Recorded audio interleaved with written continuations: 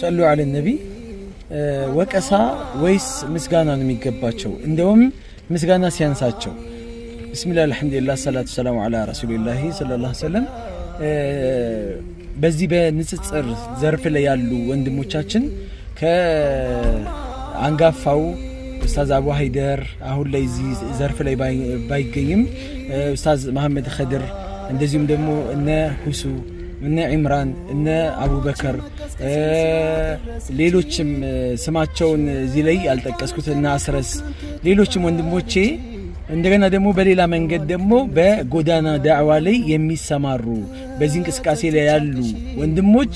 የነብያቶችን ሥራ እየሰራችሁ ነው ያላችሁት ወላሂ እጅግ በጣም ከባድ የሆነ ምስጋና ላቀርብላችሁ እወዳለሁኝ ምክንያቱም የእያንዳንዱን ዱዓት የእያንዳንዱን መሻይኽ የእያንዳንዱን ኡማ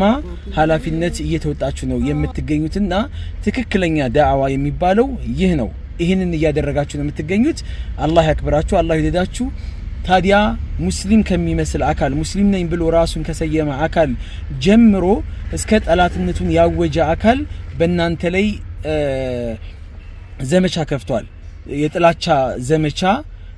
የወቀሳ ዘመቻ ምናምን ከፍቷል እንዳይገርማችሁ የአቡበከር ሲዲቅ ረዲየላሁ ዐንሁ ማነው አፍወን የነብዩ አለይሂ ሰላም ዳዕዋ ጅማሮ ላይ እንቅፋት ሆኖ መጀመሪያ የመጣው የገዛ ያባታቸው ወንድም የሆነው አቡ ለሃብ ነበር ከዛ በኋላ ያለ የቀጠለ ጠላትነታቸው ከቤተሰብ ጀምሮ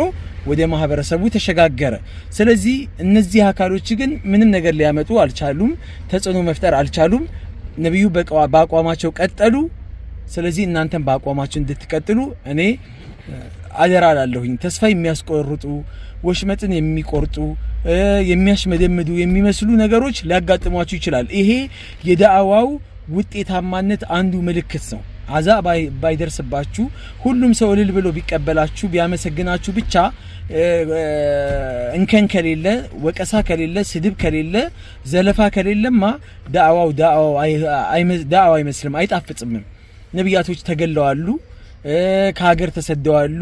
ቆስለዋሉ ደምተዋሉ በመጋዝ ለሁለት ተከፍለዋሉ በቢላ ታርደዋሉ እስር ቤት ተወርውረዋሉ በጣም ብዙ ፍዳቸውን ከፍለዋሉ ለዚሁ ለተውሂድን ለማንገስ ብለው ስለዚህ እናንተ ወንድሞቼ ወላሂ የኔንም መሰሎች የሆኑ ሰዎችን አይብ ነው እየሰተራችሁ የምትገኙትና በዚህ በአቋማችሁ ላይ ቀጥሉ ጽኑ አላህ ብርታቱን ይስጣችሁ ከኛ ደግሞ የሚጠበቀው እነሱን ፎሎ በማድረግ ማንንም ተራ የሆነ ሰው እኮ በሚሊዮን የሚቆጠር ተከታይ አለው ስለዚህ እኛም እነዚህ ወንድሞቻችን በሚሊዮን የሚቆጠር ተከታይ